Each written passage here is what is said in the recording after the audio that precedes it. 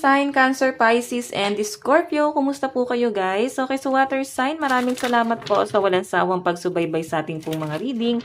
And paalala lang po guys, na ang reading po natin ay general reading lamang. So maaari po kayo guys makaresonate, maaari rin naman pong hindi. Kaya gawing gabay lamang, okay? So tignan po natin water sign, ano bang inyong gabay, kapalaran? Okay, wait lang, nangati yung mata ko. Okay, water sign, Cancer, Pisces, and Scorpio. Gabay kapalaran po, Spirit Guide. So guys, meron po tayong detoxify. And meron tayong reveal what need to be seen.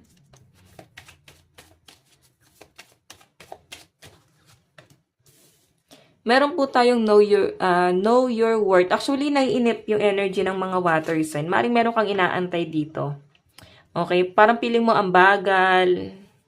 So, hindi siya mawala sa isip mo. Okay? Kung ano man yung inaantay mo dito, guys, nasa isip mo lang yan paulit-ulit. Tapos, parang bahagya lang mawawala sa isip mo, tapos babalik na naman. Pwede ito, guys, ay patungkol sa trabaho mo, or pwedeng sa work mo, pwedeng sa relationship, or kung ano man to, guys, na maaaring nagpapainip talaga sa inyo ngayong araw.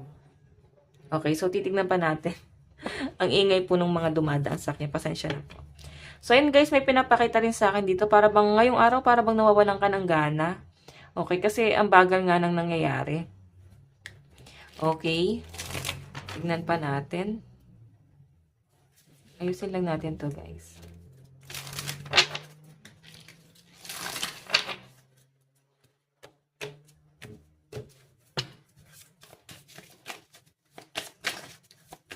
Additional message. Meron po tayong Crystalline Energy Wonder Alive Beauty. Okay. So, may nakikita ako rito para bang ngayong araw, para bang mapapag-grocery kayo eh.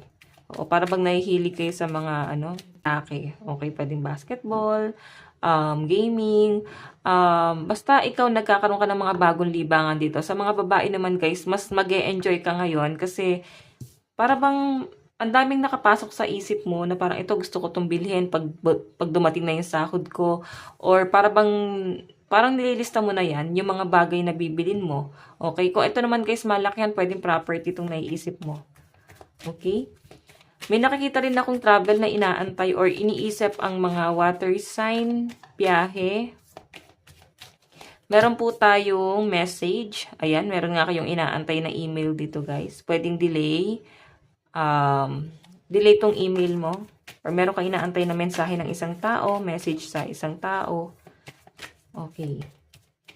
Meron po tayong hidden.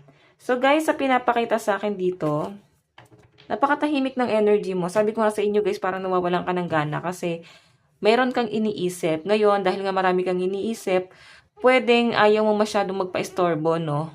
Parang ayaw mo na masyadong pansinin or ayaw mo rin na pag-usapan yung problema mo ngayon. Kasi nga, gusto mo na siyang isip-isipin eh. Parang, paano mo siya susolusyonan sa isip mo lang muna, okay?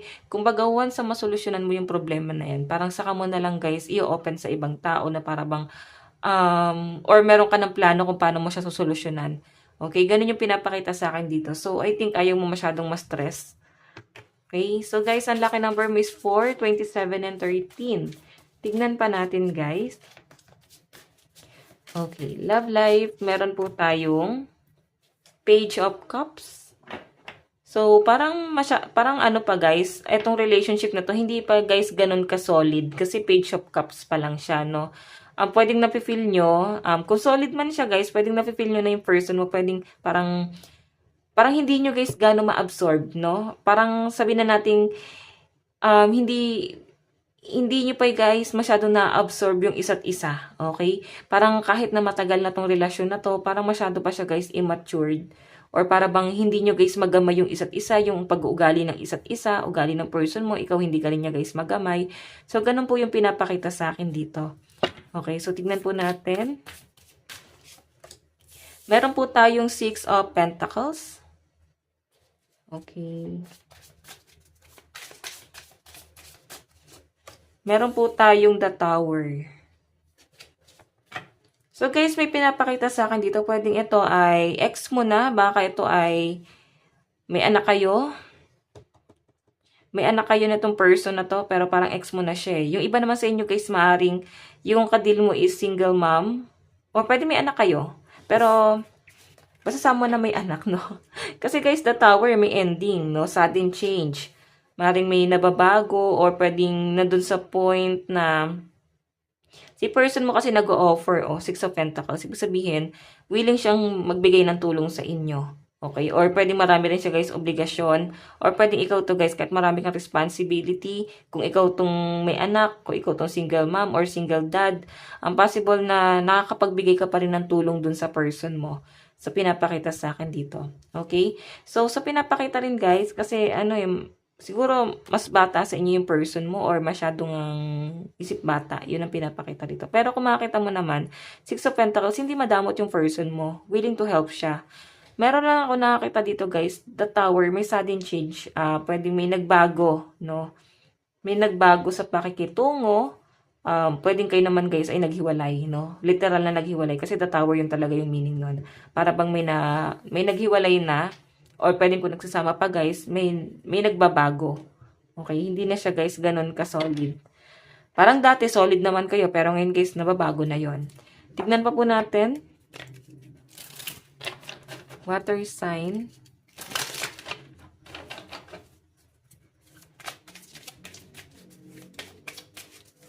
Water sign, meron po tayong King of Wands.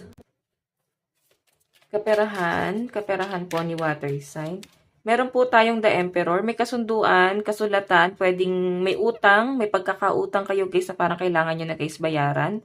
Ganun po yung pinapakita sa akin kasi may kasunduan po dito. King of Wands, ayan, action, no? Maaring para bang ginigipit. Pwedeng, ayun nga guys, parang ginigipit siya. Or pwedeng ikaw to, maaring merong may pagkakautang sa inyo guys at ang kasunduan nyo ngayong araw ay babayaran to. Ayan.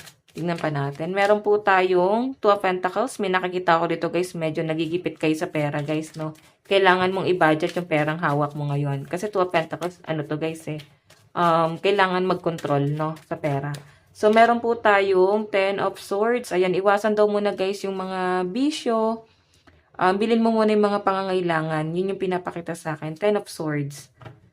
So, nandun ka sa point na para bang hirap na hirap ka na ngayon sa pagbabudget. Tapos, siguro hindi naman siya guys totally bisyo or hindi naman yung tipong pangangailangan mo. Siguro doon mo lang kasi guys hinuhugot yung pagkakitaan mo or doon mo lang mapapalago yung pera mo doon sa bisyo na yun. Kumbaga na isusugal mo yung pera mo siguro para lumaki siya. Okay? Para may ma-budget ka pa sa mga susunod na mga araw. Okay? So, ayan guys. Kung kayo tong nagigipit, para bang wag daw muna kayong mangungutang. Kasi the Emperor, tignan mo parang galit yung energy. Okay? Kasi may kasunduan. So, mas maganda na umutang na lang po sa kapamilya or malapit sa inyo. Para kahit papano guys, nababudget nyo po yung pera nyo. Okay? Or kahit papano, hindi kayo guys gigipitin nun. Kapamilya nyo naman eh. Pero syempre, dapat to sa trusted. Okay? Yung mauunawaan kayo guys. Okay? So guys, ang lucky number mo is 4, 27, and 13. And ang possible na mga kadil nyo guys is Taurus, Scorpio, and Taurus ulit. So guys, ito lang po ang inyong reading. Hanggang sa muli. God bless and love you all. Thank you.